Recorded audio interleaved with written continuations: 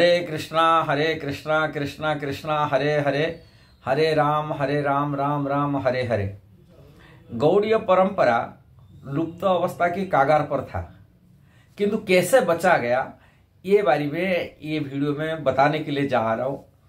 भगवान चैतन्य महाप्रभु की जो सिद्धांत है, जो शिक्षा है, जो गौड़ीय परंपरा के स्रोत है, जो मूल आधार है, वो शिक्षा काल के प्रभाव से प्रायतः खत्म होने के जैसा जा रहा था।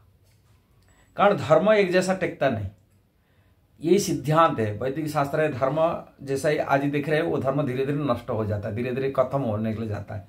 किंतु पुनः इसको धर्म को स्थापन करने के लिए आचार्य रूप में, गुरु रूप में भगवान के प्रतिनिधि भी आते हैं, नहीं तो स्वयं साक्षात भगवान आकर के धर्म को सुरक्षा देते हैं। कारण भगवान गीता में यही बात कहते हैं, काल की प्रवाह से मैं धर्म स्थापन किया था, किंतु काल की प्रवाह से धर्म नष्ट हो गया था।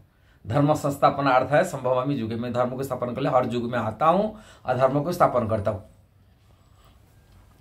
भगवान ये बात भगवत गीता में करे। ऐसे ही भगवान चैतन्य महाप्रभु भक्ति की सूत्रों को स्थापन करने के लिए कलि युग में भगवान अवतार लिए हैं और धर्म को स्थापन किए। किंतु महाप्रभु के द्वारा जो पद्धति, जो शिक्षा, भक्ति का जो सूत्र जो दिए थे, वो काल के प्रभाव से धीरे धीरे कमजोरी पड़ने लगा और उसमें कड़मसी भी आने लगा। जो गौड़ीय परंपरा, नीति नियम, महाप्रभु के द्वारा जो शिक्षा, वो शिक्षा धीरे धीरे जैसे ही खत्म होने के कागार पर भी आ गया था। जैसा ही महाप्रभु का शिक्षा, इवन महाप्रभु का जन्म स्थान, उनकी लीला भूमि नवद्वीप जो मायापुर में, उनके जन्म स्थान में लोगों को पता नहीं चला भगवान यहाँ प्रकट हुए थे भाई, ऐसे इतना इस तक आ गया था। किंतु इसका शुरुआत को उनको बचाने के लिए प्रमुख भूमिका लिए थे भगवान चैतन्य महाप्रभु। जो जन्म स्थान को उनको बचाने के लिए प्रमुख भूमिका लिए थे वो है तत्काल के समय भक्ति सप्तम गोस्वामी उनको कहते हैं भक्ति विनोद ठाकुर। भक्ति विनोद ठाकुर बचाने के प्रथम उन्होंने ये किए थे। उन्होंने महाप्रभु का जन्म स्थान को, लीला स्थल को प्रकट करने के सही साबित करने के लिए तभी सबसे ज्यादा पुराने हमारे एक आचार्य थे जिनके नाम था जगन्नाथ दास बाबा जी महाराज। बहुत बूढ़े हो गए थे, उनकी कमर टूट गया था, करीब 135 साल की उम्र की थे। उनको आंख को सही से देखा नहीं जाता था। उनको टोकरी में, तभी से नवद्वीप में उनकी भजन कुटिया है आज भी, उसी भजन कुटिया में भजन करते थे। तो भक्ति विनोद ठाकुर उनको लेके आए। और भक्ति विनोद ठाकुर जब सुरभि कुंज में आप मायापुर जाएंगे, जहाँ पर भगवान चैतन्य महाप्रभु का जन्म स्थान की है, वो मायापुर में सुरभि कुंज मतलब प्रसिद्ध जगह है, जहाँ पर वहाँ गंगा जी की पार होने के आर तरफ से आता है, वहाँ भक्ति विनोद ठाकुर भजन कुट रहे थे। वहाँ भजन कुट रहे, वही चिंतन करते महाप्रभु कहाँ प्रकट हुए थे, कौन सा जन्म स्थान है, कैसा निर्णय करा जाएगा। तब यही चिंतन जो डूबी के रहते, भगवान के भजन में लिप्त थे, तब इनको एक आकाश से प्रकाश पुंज रोजना दिखना मिला। वही सूरभ कुंज से प्रकाश, मायापुर जहां पर जन्म स्थान भगवान चैतन्य महाप्रभु, वो जगह का एक प्रकाश पुंज उनको रात को दिखने, अंधकार में मिलता था। ये जगह एक प्रकाश निकल रहा है।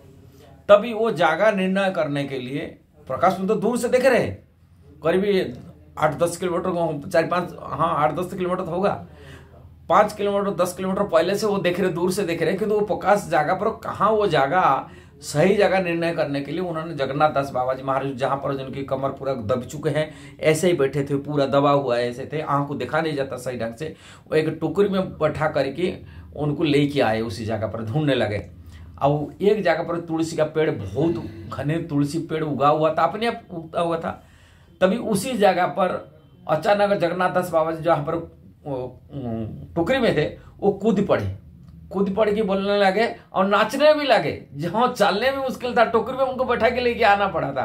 और वो कूदने लगे, नाचने लगे, बोले यही मेरा गौर का जगह है, मेरा गौर का जगह है, गौर का जन्म स्थान है, गौर का जन्म स्थान है। तभी भक्ति विनोद ठाकुर वो जगह को निर्णय दिए और वही सीधा बोले गौरांग महाप्रभु का जन्म स्थान, इसी को पुनः खुदाई किए।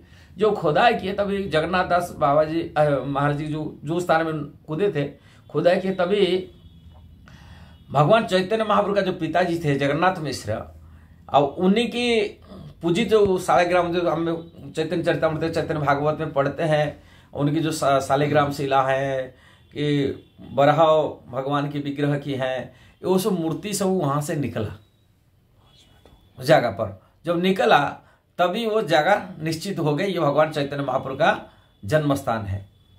और तभी भक्ति विनोद ठाकुर वो सिद्धांत हुआ। इसी गौड़ीय परंपरा में बहुत सारे अपसंप्रदाय माने सहजिया संप्रदाय हो गए। सहजिया मतलब नीति नियम को पालन करने के लिए, भले ही गौड़ीय परंपरा वैष्णव है, किंतु वैष्णव के जो विधि विधान सदाचार पालन करना चाहिए वो सब धीरे धीरे छोड़ रहे थे। किंतु उस सहजिया संप्रदाय से अलग इन्होंने सिद्धांत को कैसे गौड़ीय परंपरा बचाने के लिए उन्होंने सीखा, अपना पुस्तक में ग्रंथ में लिखे।